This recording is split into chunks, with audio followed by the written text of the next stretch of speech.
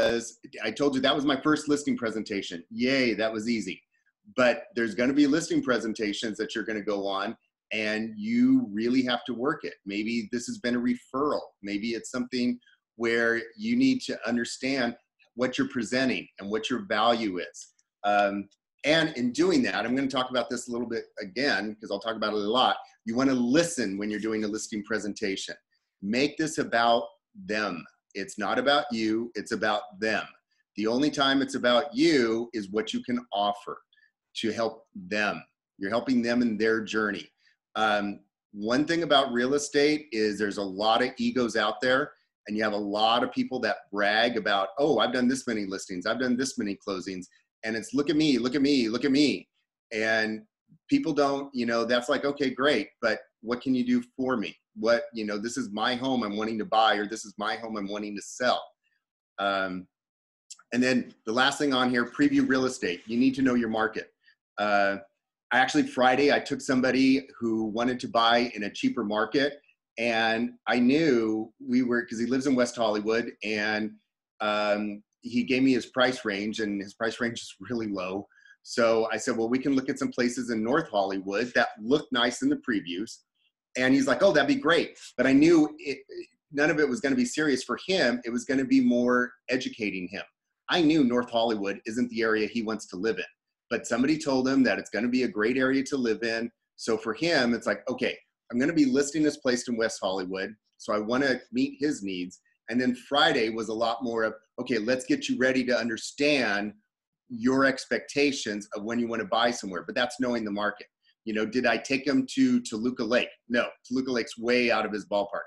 Did I take him to Echo Park? No, Echo Park's out of his ballpark. I know that area, and I know those areas are out of his ballpark. So when you know your market, you know both the macro, the big LA area, but then the micro pockets, that's what really helps you too. And then running your business every day on the other side. Market your seller listings. And by the way, people don't mind if they ask, hey, do you mind if I take your listing and put it to my social media? Go ahead. You know, I've had people ask me all that time, is it okay if I take your listing and put it on my Instagram or my Facebook? Yes, please. It's getting me more exposure. You know, that's great. It gets them exposure because their database starts to remember that they're front of mind. So anybody that you guys see in the office, and if you have a listing, ask them. Say, hey, is it okay if I go ahead and do the listing? Don't be afraid of that. You know, especially our office. We have a great office. Show buyer houses. I just kind of mentioned why you do that. Negotiate contracts. Yeah, that's going to be fun. That's also another Ignite session. Transaction management and closing. It's a lot of process going into it. One thing, I'll give you a piece of advice. Raha is worth her weight in gold. So if you use her on a transaction, it is worth her weight in gold. She's a transaction coordinator. She'll make sure everything is in order. So when you actually get ready to close, or when you have to remove contingencies or any of those things, all that stuff will be ready to go. Vendor management, those are the people that assist you, your termite people, your inspection people. It could be your warranty people, or your NHD, natural hazard. Yeah, anyways. Set goals. Okay, this is one I'm working on. So, you know, it's not like I've got my act totally together. I'm just letting you know. I do have goals, but I need to refine them. And my coach is, you know, Ed is here. So I got to be, you know, a good boy. Compliance and risk management. Attend training and getting coaching. That's what you're doing now, and manage your money. And let me just say, I came from another office. I was there for a year, and they sucked at that. Two reasons. One, the brokerage itself sucked at support. They didn't have any training as far as a huge brokerage nationally. They had no training in place whatsoever. They had no support. If you were a new agent, you just were thrown to the wolves. And then same thing with the office I was in. They were really geared towards not helping new agents, but just basically poaching agents from other offices and then bringing them in and basically, you know, swapping deals. So that way, oh, well, you'll have to pay less commission to us and this will make it better, because they already had their own engines going and they didn't need support. When they did training, it was only their vendors that would come in and then start to pimp out their own products. Like, we would have lenders come in and tell us about their greatest loan programs, but not understand, well, this is how the mortgage process works, or this is the information you need to have coming in. This is where our office really is just outstanding. We not only go into the Keller Williams in general. I'm sure you guys get the emails of all the stuff that Keller Williams International offers every day, but just our office alone is really on top of it. And I'll be honest, not all the Keller Williams offices are like that. There's a local one here in Whittier that they really lack. And it shows. I've had agents come to my listings from that office, and I can tell that they are just not that well trained. They don't have that support that they need, and it shows in their business. And that's one thing I love about our office, is that we do that. If anything, we overdo it, and you have to kind of pick and choose, like, okay, I can be in training all day long, or I can lead generate. But that's a really good problem to have, instead of having nothing as support. Okay, so we're going to focus today on, we're going to just get to the next one, yeah. Internalizing scripts. And okay, next one. Thank you. Okay, the purpose of scripts. I don't like the term scripts. Okay, that's actually the first one I need to use. I don't like the term scripts. And because that first office I was in, this is how they handled scripts. One, you came in at 8 a.m. every morning and you had an hour of script practice. And what ended up happening was everybody would repeat verbatim the scripts without understanding what they were even saying. Or as they were saying it, they weren't concerned with answers. All they wanted to do was just spit this information out because that's what they've been told to do. And if the person basically doesn't seem interested, okay, go on to the next one. Okay, go on to the next one. And it became that sort of thing where it was very fake and it was just very mechanical. In bold, today is called, powerful language. Also, I think what you call scripts makes it a difference. Everything you're going to read about, from here on will say scripts, but I think better terms, which were mentioned in bold, was you're having a conversation, you're having a dialogue. Sometimes when you think of script, it is like, oh, okay, they're supposed to say this back, or I'm supposed to say this, or this is how I reply, or this is the order it goes in. Oh crap, they just went out of order. What do I say? Okay, if that's how script, kind of comes across, just put that aside. Think of it when you're using these scripts, it helps you to have a conversation. It helps you to have a dialogue. So when you're memorizing this stuff, it's not the idea you have to say it verbatim. It's just what's trying to be asked of in these things. What information are you trying to understand from your client to help your client? And then when you get that down, then you kind of understand, oh, okay, this is the dialogue you have. One easy script you can always use on people is Ford. Which is, who knows what Ford stands for when you're asking people questions? Somebody spit it out. Family, occupation, dreams, and recreation. Yes. Okay. Good job. I'd buy you a martini, but I can't. So anyways, and for our high schooler, I'd buy him a Shirley Temple. Okay. So, but you can ask those questions. Hey, how's the family doing? What's going on with the family? How's work going? With this lockdown, are you working from home now more? Did they talk about you going back to work? Or, oh, you're on unemployment. Is that doing okay for your family? Recreation. Hey, with all this going on, what are you guys really hoping to do once you're able to actually get out a little bit? Are you thinking about doing a little trip, a big trip? What are your dreams? What eventually do you guys want to do? You have 2 kids. Are you wanting them to, stay in the area? Are you wanting to move up to a bigger house? That kind of stuff. Just those questions, you start to get answers. And let me also tell you, have a pen in hand and take notes, because you're not going to remember this stuff. Let me tell you right now. And that's where having a CRM like Command or something else, where you're recording this stuff, really helps. Because 2 months from now, this happens to me all the time. I'm like, oh crap, what did I talk about? And I go in and I look at my notes and like, oh, that's right. They were talking about this. They were talking about that. And so take notes as soon as you can, but you're using that script to get that information. And so it lets you just have a conversation with them. It lets you have a dialogue. And then you find out in that what their needs are. And you can dig a little deeper and you can dig a little deeper. And it's, you know, and that's really what it's about. You're trying to help these people. When you're going over scripts, and there's a ton of different scripts.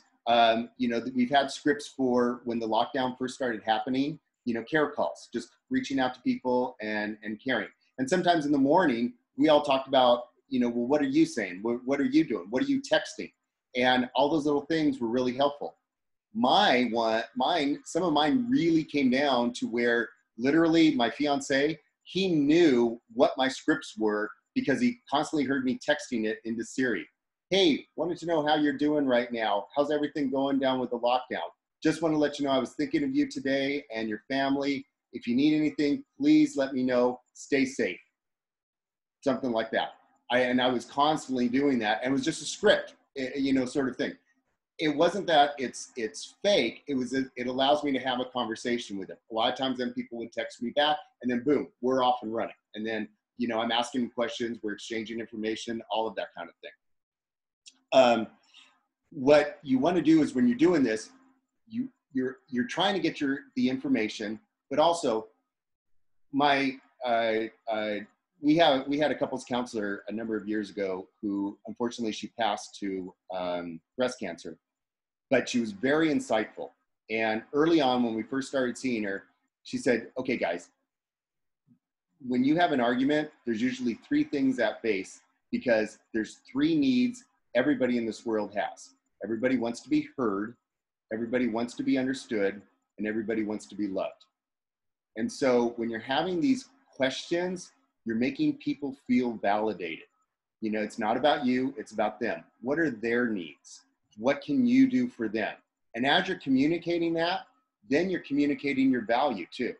Because you're talking to people, and I've seen this happen when I've talked to, I have a home I'm supposed to get back the information on an offer today. And I'm selling the house and I'm representing both the buyer and the seller. So when I was talking to the seller, I started asking questions. Hey, well, what's the time frame? What are we looking at on that? You know, I'm not talking about, oh, I can do it this quickly. Oh, we can do this. Oh, I'm not guessing any of that information. What's the time frame? Okay, what are you guys expecting out of this? What is some of your background in this? What needs to come out of the house? Are you guys planning to do, is it totally as is? Are you planning to do any repairs? I'm just gathering information, but as I'm gathering information, it's also letting Jack and Janine, that's the clients, it's letting them know, look, I care about where you're at. I care about what your needs are, and I'm here to meet those needs. And so when you're doing the scripts, that's part of what's going on. You're drawing out that information, but you're also making them validated in that. On this, you'll see scripts build confidence. Another thing, when you Rob, just more and more. Rob, just FYI, I skipped ahead a few slides because it was matching what you were talking about. Ah, okay. That's the reason why I'm. Okay, great. I just have to move that around. So I went ahead to page 9 of the packet. Okay. You were just talking about benefits of scripts, so I went there. When you're also using scripts, when I first started talking to people, and I told you the first office, I really had a bad experience with scripts. 2 reasons. You know, I told you the one, that it was just really mechanical. 2, the scripts were terrible. Oh my God, they were terrible. And the one script, I'll tell you guys, was a listing presentation script. And it was a part where you start talking about price. And I am not exaggerating. The verbatim was, well, let's talk about price, Mr. and Mrs. Seller. Now, we can either talk about what reality is, or we can live in fantasy land. Which do you want? And as I read that, I'm like, oh my God, if I had somebody sitting in my dining room table and say that to me, I'd be like, how soon can I get your arse out of my house? Because I don't want to deal with you. You're just an arrogant SOB. And I'm really trying to clean up my language because this is probably recorded. But I mean, seriously, that's what I was thinking. Like, oh my God. And so that was my bad experience with scripts. When I started coming into Keller Williams, and for a while we had another coach, Susan Rose, and her scripts were very much like Keller Williams. And I started using some of her scripts, and now I've started using some of the KW scripts, and I modify them. But it helps you, as you're asking these questions, it also helps you to know, like, okay, I know what I'm asking. When you're sitting in front of someone and you have that look and that feel of, okay, I hope I'm asking everything I should be, or I hope I'm saying what I should be. When you already have that outline there, it really helps you to go through that. Because then you know when you're done, even if you covered just 80% of it, great, you covered 80% of it. That's great. You know, it's not like everything has to be exactly and it has to be perfect, but it gives you that conversation, that dialogue to go through.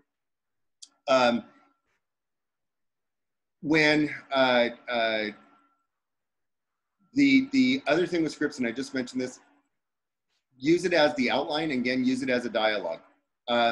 There's a famous coach out there that will tell you, and he really has nothing to do with KW, but he will tell you, don't change the wording at all in the script. Say it verbatim. Don't change a single thing, you'll ruin it. And actually, there's a few coaches out there like that, which is a bunch of BS. Because again, you may know your client, or what if your client answered something and, oh, now I need to kind of adjust. The scripts are dialogues and they're outlines. You memorize them so you know what to ask, but you put yourself into them too. And just like I mentioned this Jack and Janine, lovely couple.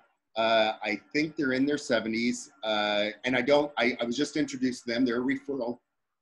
And so, you know, it's that thing like now we have a good rapport, but I'm still very respectful of them.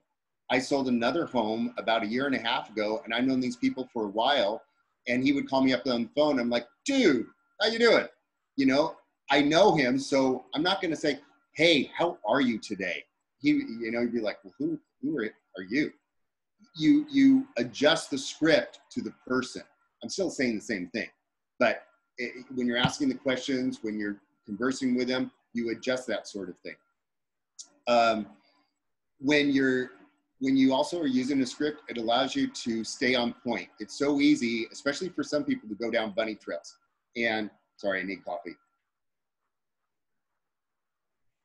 And one thing about staying focused is, I don't know if any of you are familiar with the DISC personality. And in fact, you know, Ed, let's make a note of that, where we actually do a DISC personality seminar again, because we haven't had one in at least 2 years, okay? DISC personality is DISC, and you can look it up and it's really simple, but it gets a little bit more involved. But basically there's 4 different personality types. There's D, which is very direct. There's, I think I is more the emotional and the relational one. That's very much me. Then you have S, which is like the, I think that's the intellectual one. And then you have C, which is like the safe, hesitant one. That's S, safety. And then you have the C, which is the analytical. So sometimes a script, if you're working with the D, the scripts work great because they're just short and to the point. And again, you adjust how you converse. That first home I listed, that, you know, boom, the listing appointment was literally 1 sentence. Every time I called her up and gave her an update, I knew I can't waste her time. So I would call her up and I'd say, hey, open house went really well today. How many people were there? We had 22 people here today. 10 of them said they were interested. 2 of them said they're coming back tomorrow. Okay, great. When are you doing the next open house? Tomorrow, Sunday, we're doing another open house, same time. And 2 of those people said that they were going to come back also again tomorrow. Okay, great. Thank you. Boom. We're done. I mean, it was a 2 to 3 minute conversation and that was it. I sold the condo, the next sale I had, and he was very much high I. So for him, he needed to make sure everything felt okay. So he'd ask, well, how'd open house go? Well, it went really well. How many people came? You know, well, we had 15 people come through. Did people like the house? Did they like the layout? What do you think they, you know, did they like how I have my furniture arranged? You know, did they stay a while? What did they think? You know, and everything kept on, it was like a feeling thing. If I had a 3-minute conversation with him, he would think that I'm shortchanging him, because it's like, well, why are you cutting me off? So these scripts allow you, with him especially, I would be able to explain that stuff, but come back to topic. I could explain things and come back to topic because I'm allowed to do that sort of thing. It's a conversation, it's still flowing, and it's still getting to the point. With somebody too, that's a high D, the great thing about a script is when you know you're done talking to them. You know, like you've asked all the questions you need to ask and you're done asking, and it's like, well, I was only on the phone 3 minutes. They're happy because they're a high D. They don't want to be on the phone any longer with you. So you adjust it to who it is, but the great thing is when you have something, it gives you that outline of what you want to actually go through. And it lets you know too, when you're done, you know, in that same sort of thing, you know that you've asked all the questions. It gives you that consistency. Everything you've gone through is what you really want to do. Okay, next one.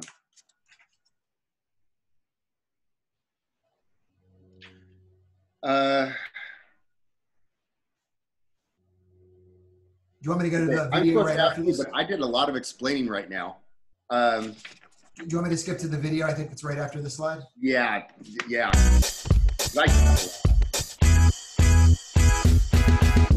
Hi, I'm Jeff Glover, and I'm going to tell you the top 5 things that you need to know about using scripts.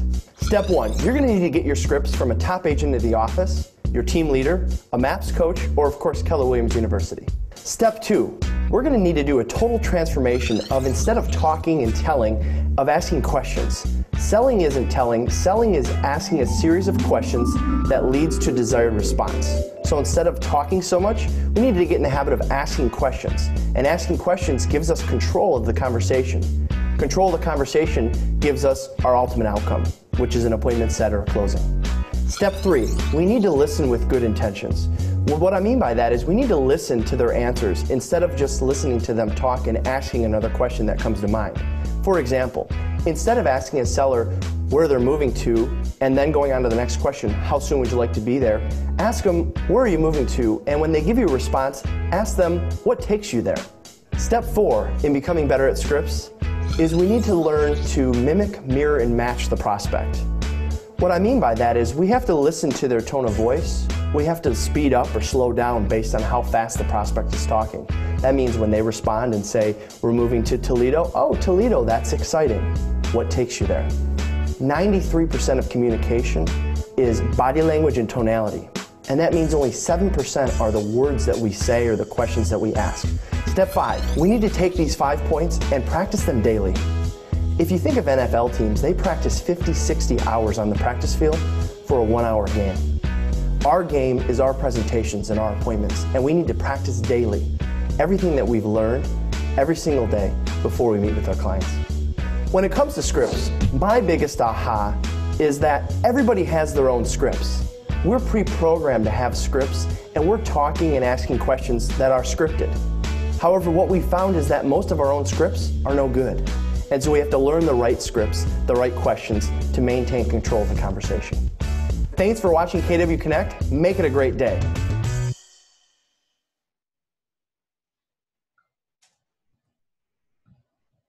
Okay. Some things about what we're dealing with now is the idea of matching body language is a little bit harder to do because a lot of what we're doing is going to be virtual. Although we are starting to do open houses again. So just be aware that sometimes when you're on a virtual call, people are going to be really paying attention to how you look. Now, if you're constantly doing this and looking down and then coming back up, that could look fake. So how do you handle that? Because you want to make sure you're going through everything you need to go through. Say, you know what? I want to make sure I meet all of your needs, and I have a number of questions I'm going to ask you. Is it okay if I ask you those? Sure. Then, when you're constantly looking down, then you're doing them a service. You're not distracted. You're doing them a service because, oh, thank you. Let me write that down. Oh, thank you. Let me write that down. It's all in how you package it. When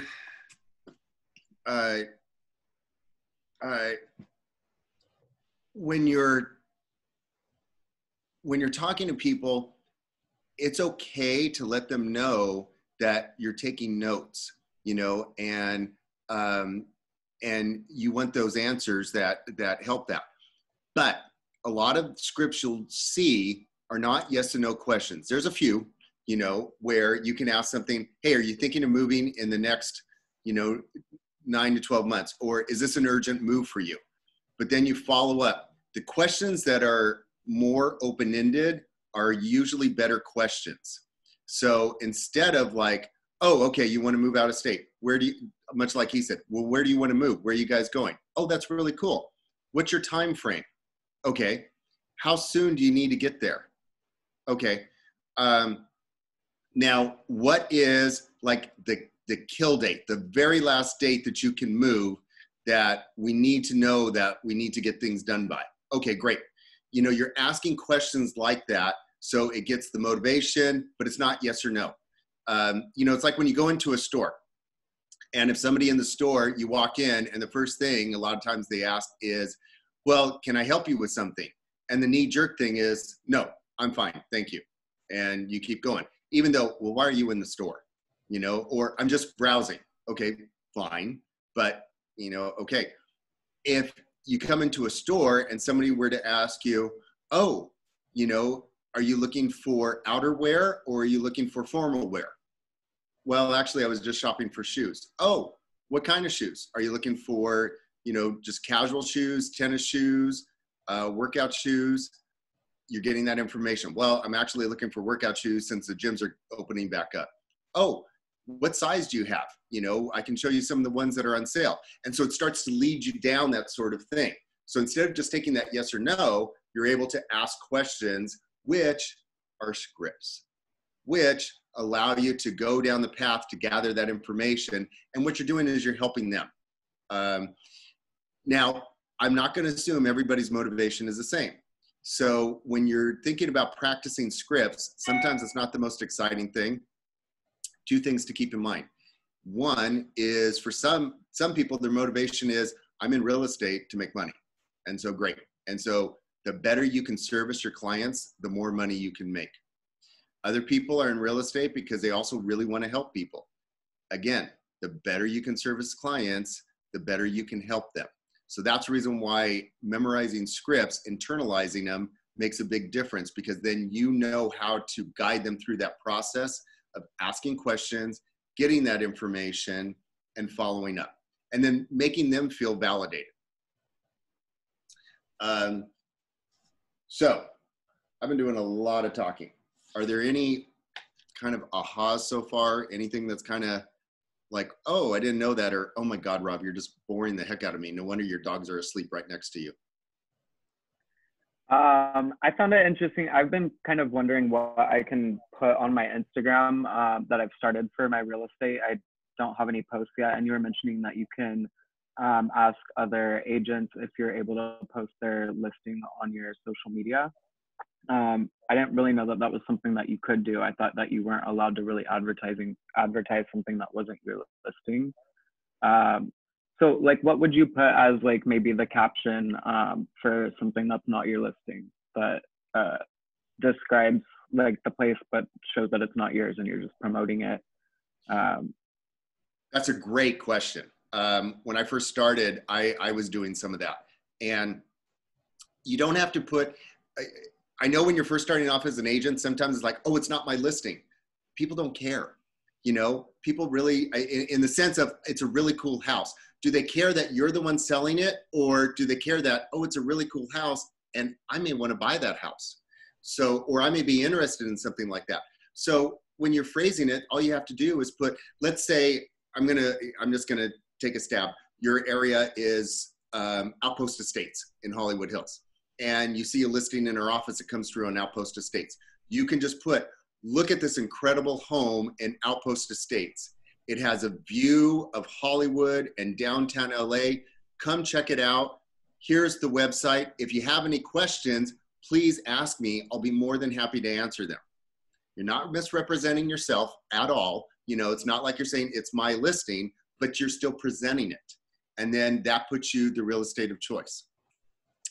By the way, one thing that you'll hear Ed say to a lot of people, and I just said it to you, which is it's a script, but it's making sure that you feel validated in your question, is I said, hey, that's a really good question.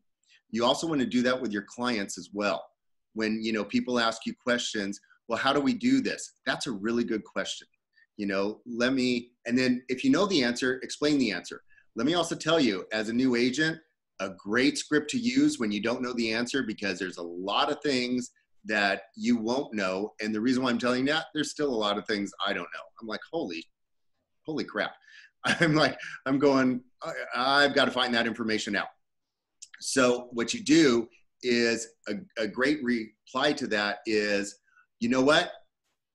Instead of just giving you an answer off the top of my head, do you mind if I find out some more information and research that for you, and that way it can give you a more detailed and thorough answer? Always they've come back and said, oh, sure, that's fine.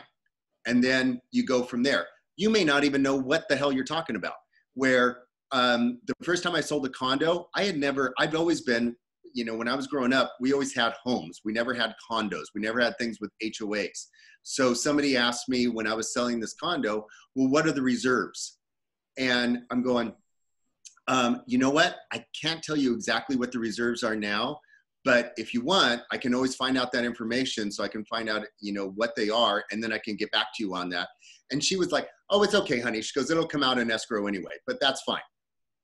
I made her, instead of me going like, oh my God, I don't know, you know, what that is, you know, I was able to answer that. Now, right after the open house, I called up a buddy agent of mine and I said, what the hell is a reserve? I don't know what this thing is. And so he explained to me what reserves are. I'm like, oh, okay. But that's the kind of thing where it's that script, and I knew how to reply. You know, I knew how to have that conversation with her. So it allows it to go on, and you're able to keep going. Plus, you know, I mentioned a second ago about being confident. You're not having to present yourself like, I don't know that. Okay. You're able to say, let me find out that information for you. You've communicated two things. One, you're confident. Two, you're a great resource, because even if you don't have the information, you can get that information. And so that's what do you think makes Google so powerful when we do search engines? You know, it's not like we have that stuff memorized. We can search it. We know, you know, hey, there's a great resource to go to. If you're that resource, then people are going to go to you for that kind of information. Okay. Any other ahas? Hey, Rob, sure. Rob, do you mind if I had a couple things in here? Oh, go ahead. Sure. So a couple things that helped me. When I was new, I remember first hearing about scripts and thinking like, I don't know, like I don't want to be like one of these guys who has like the little spiel that they always say. And how my coach explained it to me was that he said, you know, Ed, assuming you're going to be in this business for a long time, you're going to find yourself in certain scenarios frequently. In fact, there's like 20 scenarios that you're probably going to be in on a weekly basis. You're going to be asked on a weekly basis, will you lower your commission? We don't want to commit to any particular agent right now. We're not ready to commit to any agent. We're going to just work with many agents as we find our house. You know, whatever these situations are, we want to list our price for $1 million more than what it's worth, or whatever the situation is, right? He's like, you're gonna get these situations over and over and over, and you can wing it, right? In which case, you'll be thinking on your feet and you'll be thinking about what to say, and you may come up with something half decent, and then over time, that half decent thing is now you're going to be saying it all the time, every time you get asked that question, because you're so used to answering it. And guess what? You now have a script. Like, you're scripted. You are using a script. It's your script, but you create it. He's like, instead of doing it that way, you can practice ahead of time, knowing you're going to be in these situations all the time. And you can practice, okay, when I'm in this situation, how do I want to best answer that? What are the best exact words that I can use to, as concisely as possible, explain what I want to explain, and maybe kill two birds with one stone while I'm at it, but have it be really well thought out, because I'm not under pressure right now. And by doing that, the things that every time you're in one of those situations, what you say is going to be better because you will have thought it out ahead of time and planned it out. When you're in these situations, you're not going to be thinking ahead of like, oh my God, what am I going to say if they say that? Because you already have it down. So you'll be able to relax more and focus on what they're saying, because you're not worried about what are you going to say next, because you already know it. There's only like 10 situations you're ever going to get into, and you know exactly what you're going to say in any one of those 10. And the other thing is, by knowing all this stuff, it's going to give you a lot of confidence. Like, you're just going to feel so much more comfortable talking to people, because you're going to seem like someone who, whatever corner they turn, it seems like, man, this guy always knows exactly what to say. Because you do, because you think of like these crazy scenarios or whatever, but really there's like 10 scenarios that happen very frequently, maybe 20 overall that you'll get into frequently. So there you go. There's my little spiel on scripts. Sorry, Rob. Thank you. No. Okay, on page, let's see, on my page, it's 13. It's a one, understand scripts. I think it's, yeah, right after this. Because see, they give me a whole different thing. So what you want to do when you memorize something, you want to practice. When you're practicing a script, it's okay the first few times, just to yourself, just say it, and so on. This is something I need to work on. I have a few scripts down, much like Ed was saying, but I don't have a lot of other scripts down. So I need to practice it more. The one script that's really helped me a lot is the Ford script, when I'm caught off guard, where it's like, oh crap.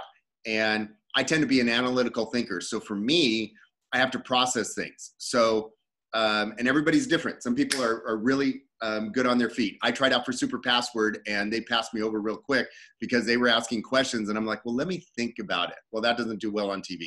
So that's it.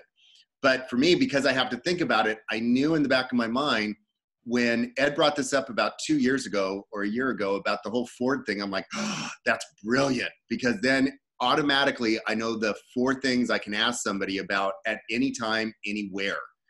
Hey, how's the family doing? How's work going? And even digging a little bit deeper into that. And it just allowed me to start to dig into that and get more information. But you want to repeat a lot of the stuff. How we practice is how you're going to present. So when it says, to do it smiling, it really does make a difference because you have what's called muscle memory. And when you have muscle memory, when you do it next time, your body just automatically knows what to go into. When I first started working out, I had a trainer. Actually, for me, I guess a lot of my first experiences were always bad. And then I had a really good experience. So it helped me appreciate my good experience. My first trainer was a steroid and cocaine boy. So he didn't know anything about, truly how to work out and have proper form. For him, it was all chemicals. And then that's how he had a body. My second trainer, though, he was a kinesiology major. And he had to undo all the damage my first trainer did. And one of the things he taught me was that, listen, when you learn to train your body and you have proper form, every time you're in that position, whether you're working out or you're actually in real life, your body's going to remember that form that you're in. And it's going to be the proper form. Same thing when you're smiling. When you're smiling, it really helps to project the tonality, and it helps you to remember you are smiling. You're happy about this. You're not, it's when you're smiling, your focus isn't always like, oh crap, I'm really nervous, or oh crap, no, you're remembering the dialogue, you're smiling, you're presenting, and you're caring. When you're smiling, it helps people to do that. There was one time where I remember somebody told me, they go, why are you mad at me? And I said, well, why do you think I'm mad at you? Well, because of your face. And I wasn't mad. I was like, no, I'm just listening. But I learned that because of how my face looked, I was communicating something totally different than what I thought I was communicating. So now I tend to be that person that whenever I'm listening to somebody, I try and smile or nod a lot to let them know like, hey, I care in that, because it's communicating that. And when you smile and you're doing the script, that will help with that as well. You can read through this stuff. You can do it fast, you can do it slow. It's great to do it with a partner. Now, two things about doing it with a partner. You can have a partner that's like, oh yeah, that sounds great. And in fact, does somebody mind if I pick on them right now? And we'll do a pretend script like I'm just doing a care call.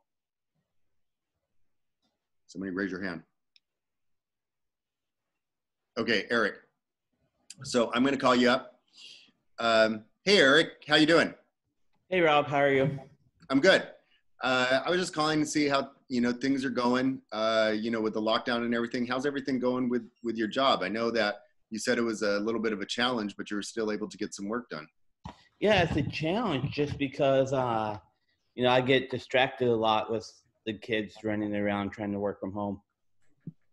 Yeah, I heard that a lot. I know my niece, she's at home with her mom, and she's a teacher. And so, both trying to teach the class and having her around can be a distraction. So I know that's a challenge. So speaking of which, how is the family doing? They're doing really well. We finally got a set schedule going on. So now the kids are going to sleep. Good. Correct time. Good. Are they liking that, or are you liking that more? I think I like it a little bit more. Good. Yeah, I can believe that. Are you guys planning on doing anything once this at least the lockdown is kind of lessened? Like we're going to head up to Big Bear. Oh, and, cool. Get a pontoon boat and go out on the lake for a day. Oh, that's really cool. I love Big Bear. I grew up going to Big Bear all the time. So that's really pretty good. Well, that's really good to hear. Are you guys still planning on eventually moving to a bigger home? I know you dreamed of doing something like that. Is that still something in the plan, or what are you guys thinking right now? Yeah, it's still in the plan. I don't know what's going to happen with all this COVID. So I don't. It's not going to be close. It's going to be probably like a year out. Okay, so you're thinking a year. That makes sense. There's some market stuff too that I can send you. That what's going on in the market right now and so on, just to keep you updated. No pressure, because of course it's your time frame, and I want to be there for you in your time frame. But that way you kind of also know what's going on.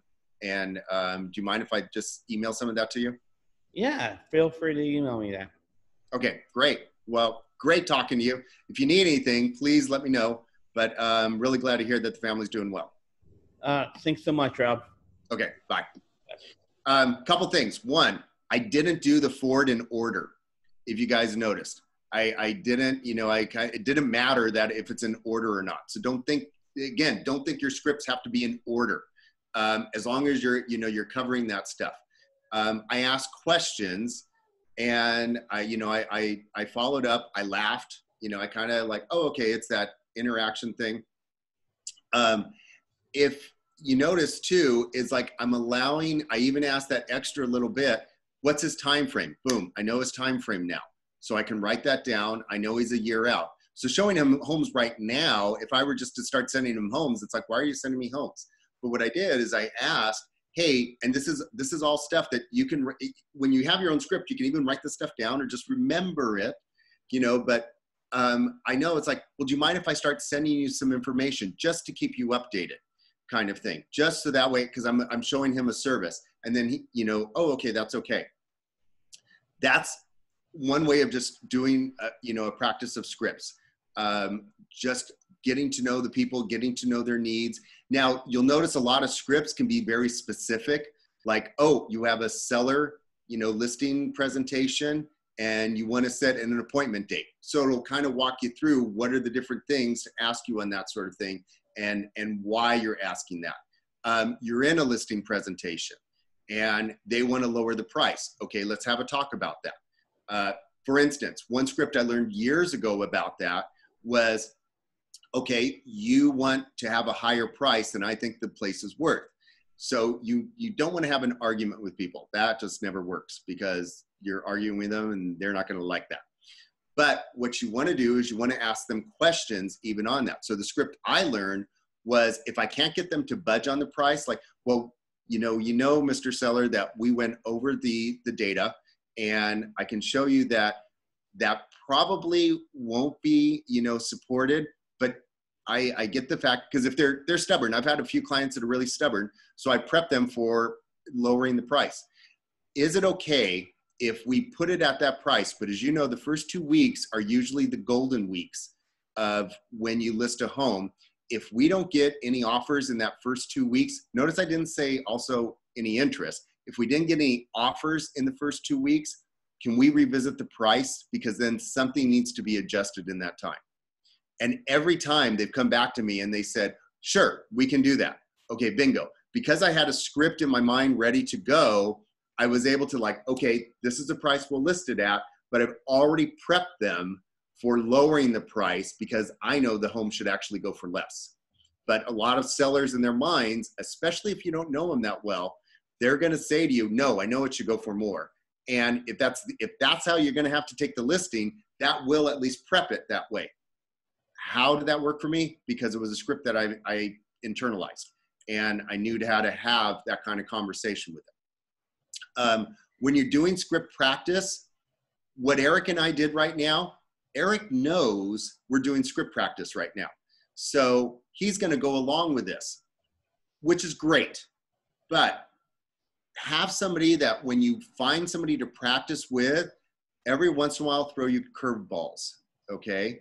Every once in a while will say to you something that's a little bit of a challenge. Now, you don't want them to be totally no, I never want to work with you again, sort of thing. It's well, that's not helping me.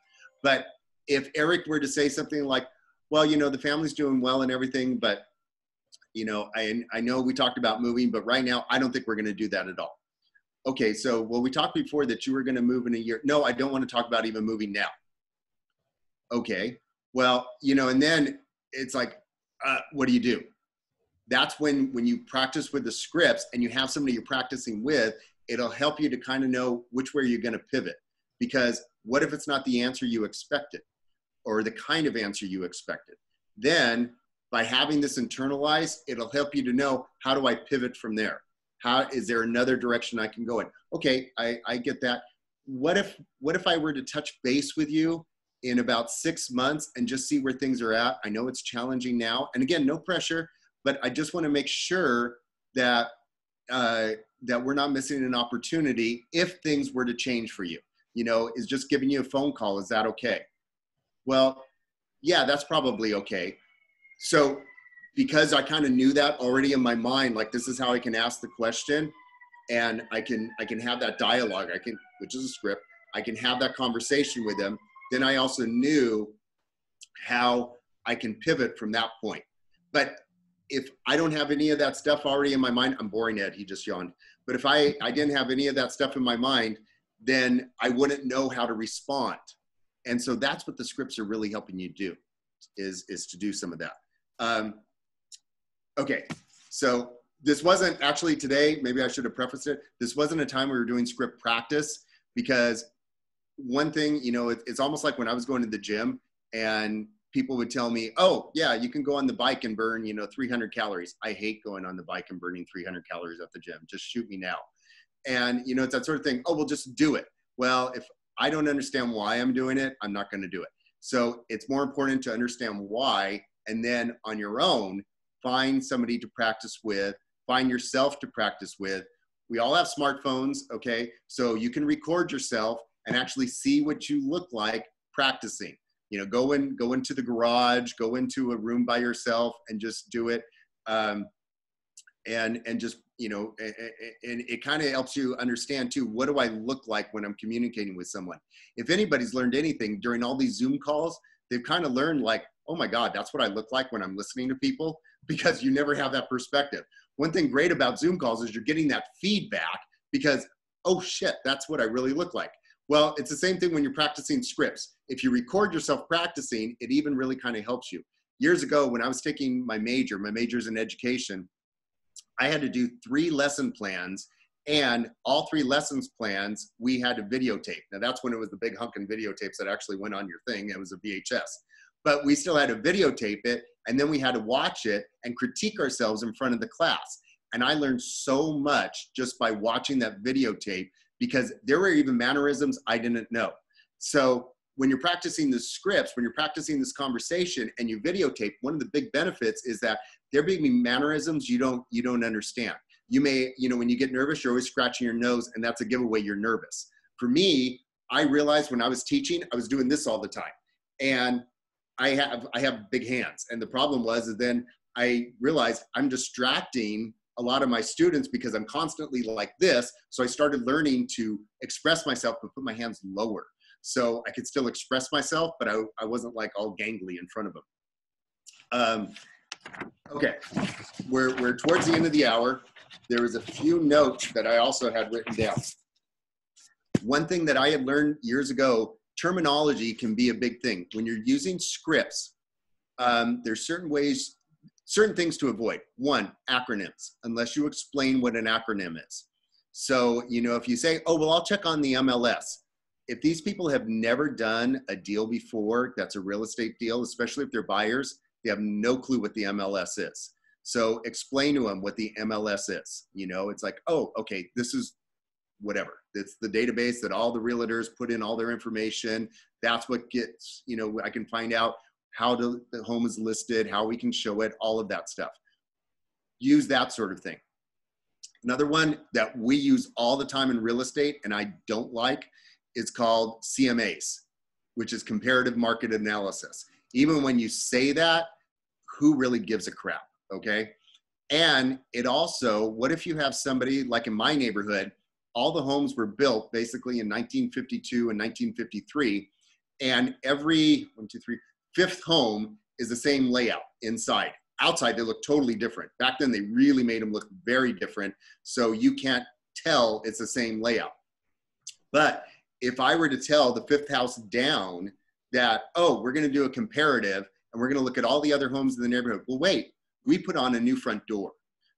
Our house looks better than their house. Well, we actually we did this to the front yard and we landscaped it.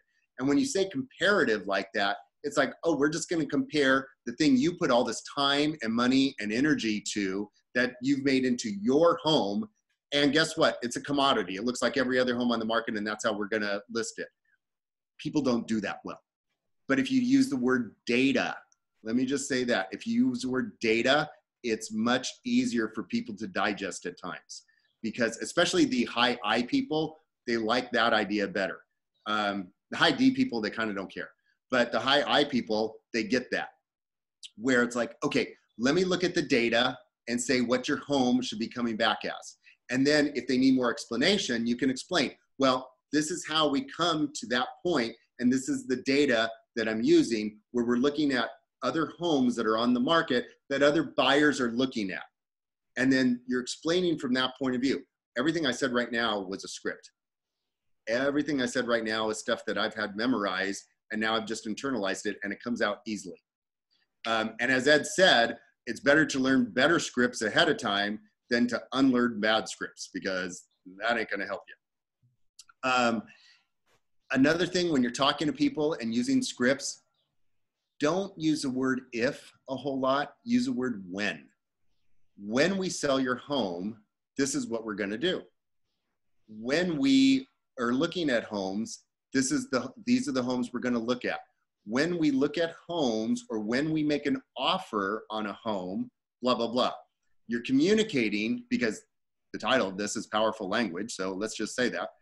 You're communicating to somebody that we are going to do this together. We are going to, go ahead and we are going to make this transaction together instead of if, which gives them that little mental cue of, oh, there's an option out. Nope, just say when. It lets them know you're confident, you're ready to go, and it makes a big difference. When you're using scripts too, pauses are okay. So sometimes when, it's something for them to think on, let them think. You're having a conversation. Remember, you're having a conversation. And sometimes that pause allows them to think something through, or you can even recognize it too. It's okay to call somebody out. Hey, you know what? I just asked you a lot of stuff. Let me give you, a few seconds to think about it.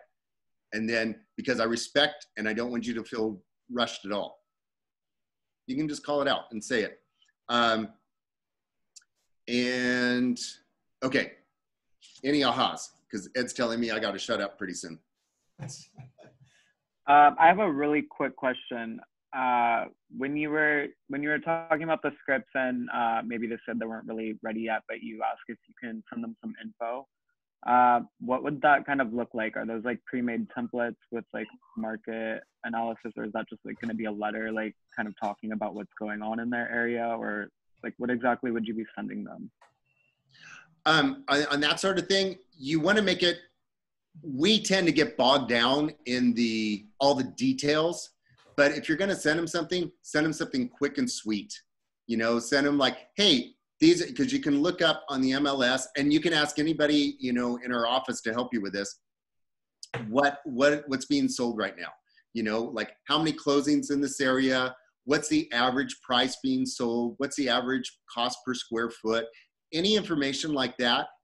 Small, when you get a Christmas newsletter and it's 5 pages long, it's like, oh crap, I got to read through this whole thing. When I get a Christmas newsletter and it's like, it's 1 page, single-sided, and there's a lot of photos, oh, okay, it's going to take me 3 minutes to read through it. Let me read through it. We're all that way. So when you send them information, send them small bits at a time. So instead of sending one big long one weekly, send them something, and it could be the same thing, it could be different. Hey, this is the latest closings in this area. Or look at this new home that just became available. The price per square foot is $800 per square foot, which is really a good buy because the average in the area is 820 square foot. That's all you have to put.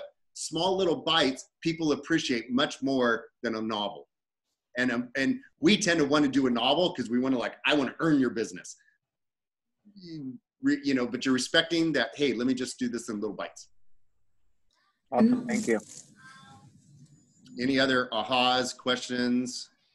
Where do we get that little information? Not much, because we don't want a lot of information, as you said. So where do I find them? You can find it on the MLS, and on the MLS, all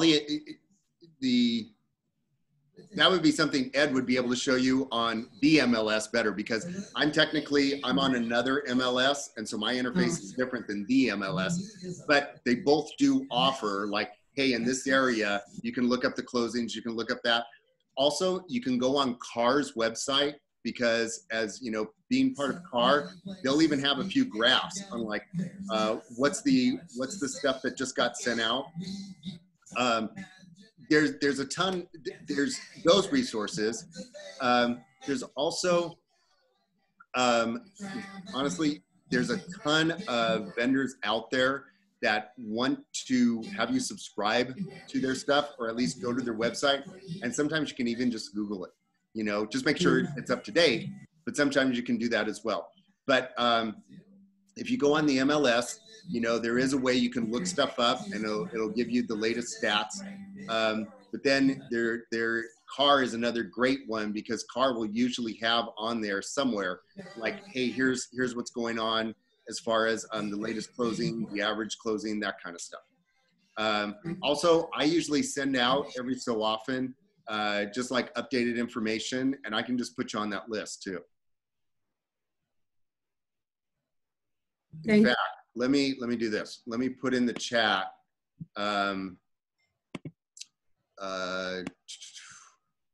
Ed put a free disc test where you can get a free disc test to test yourself. I'm going to put my email address. So if any of you just want to, I call it KW Helps in my address book. And it's just anything I come across that I think is helpful for people that I might use, I just email it to people in our office.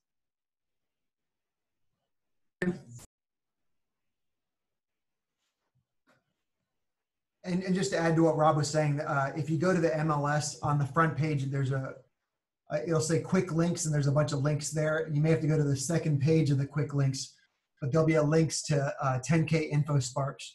And 10K InfoSparks is a really easy way of printing out. You can produce graphs for a given MLS area or zip code. Play around with that. It's a really powerful tool, and it's super easy to use. and you can print out graphs from there, and they'll be branded to you with your contact information on them, and it's a great place to print out graphs to share with clients. Thank you. Anything else? Any ahas? Anything I said that you're like, Rob, that's a bunch of BS? Thank you, Rob. Everything was good. Well, I mean, we're all learning. We're all kind of growing together, and we're all sharpening each other. This is something, it's a constant exercise. So think of this like working out, or thinking it like a garden where it's not something like set in stone. You're always sharpening your tools. You're always growing. The market's always changing. So it's something you're always tending to. And, you know, learning, when COVID first hit, you know, Ed, we were all walking through like, what scripts can we use for our clients now? Because everything we had in our libraries doesn't apply. So we came up with scripts together, and then KW very quickly came out with scripts, and we adopted some of those, but they were scripts. Okay, this is at least things we can say. It gives us something in our arsenal that we can say. And everyone I said a script to, it wasn't a script. It was a conversation. It was a dialogue, but it gave me an outline of what to say to people so I could say something. So thank you for being here. Really quickly, Rob, I'll also note that as an office, I'm trying to see if we can get some more script practice and role play on the calendar in groups. So be on the lookout for that. I have some ideas around that. I got to see when I'm available and when people would be available to attend. But we're probably gonna have some script sessions regularly coming up here soon. It'll be something we add to the calendar. That'd be great.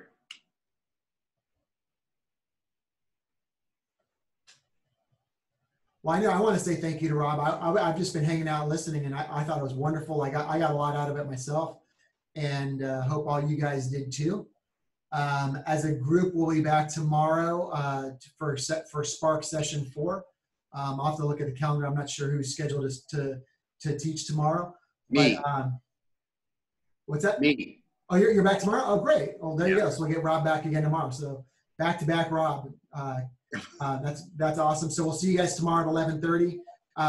Today, I don't know if any of you guys noticed, but I've been trying to leave the Zoom call line open between 9:30 and 11:30. I didn't do it today because I had some personal stuff going on, but tomorrow we'll be back to doing that. So if you want to hang out and make some calls together, you're welcome to hang out after the call ends at 9:30, and we'll just hang out from 9:30 to 11:30 making calls together until the class starts at 11:30.